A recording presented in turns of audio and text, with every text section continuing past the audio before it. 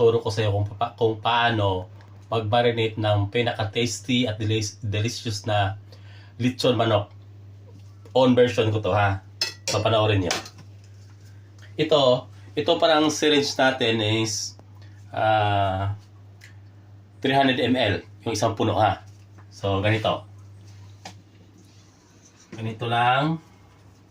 Ganito siya kapuno. Kita nyo. So first, dito siya. Isang 300 ml.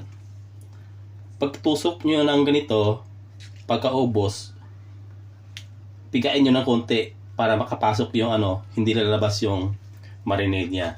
So isa dyan. Isa dito.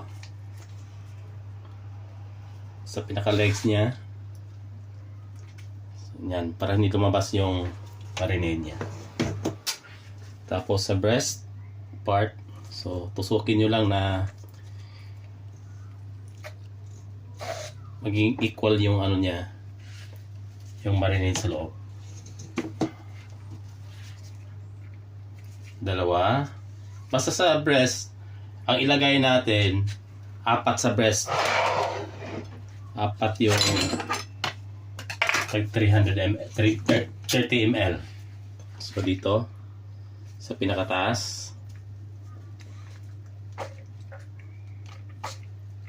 Yan.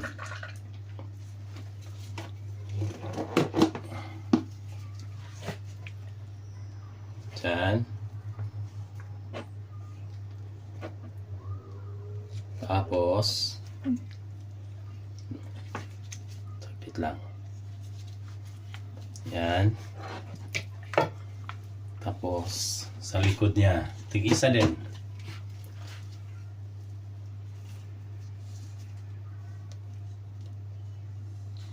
Yan.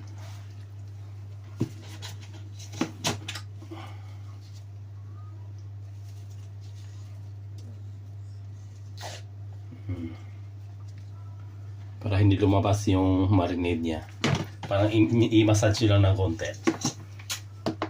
Tapos sa wings, yan.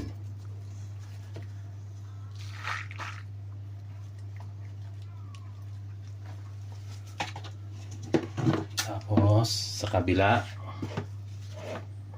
para magiging tasty yung nyo, yung lechon manok. Ganyan. Massage nyo lang ng konti. Tapos dito sa gitna ha.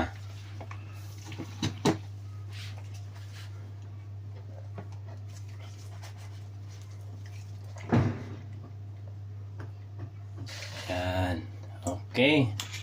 Basta sa isang manok, isang buong manok na to, malaki to. 2.3 kilos.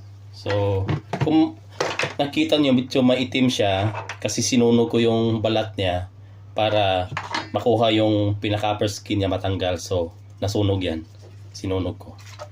So, ganito. Yan lang. Tapos, lagay mo lang dito sa pinaka-ziplock niya.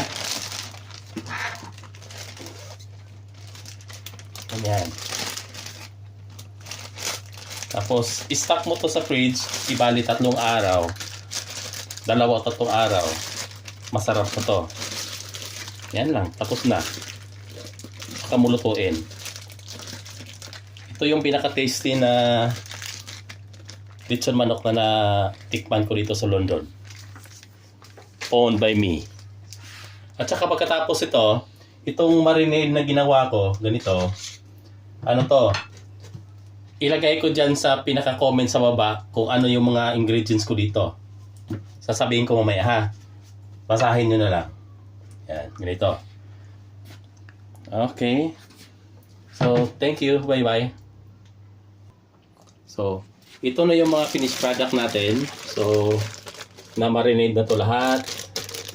Marinated na. So, stock na lang natin sa fridge ng ganito. Tapos, kailangan naka-vacuum siya. Vacuum sealed. So, ganito lang. Ikutan mo lang. Yan. Para walang makapasok na hangin. Para ma-vacuum siya. Para malasa siya. Yan. So, pwede na yan. Yan. In 3 days, pwede mo lutuin. Masarap na yan. Tapos pagluto nito, lagay mo lang sa oven, 210 degrees, yung magkabilaan, 25 at saka 20 sa kabila. Tapos yun na, luto na. Thank you.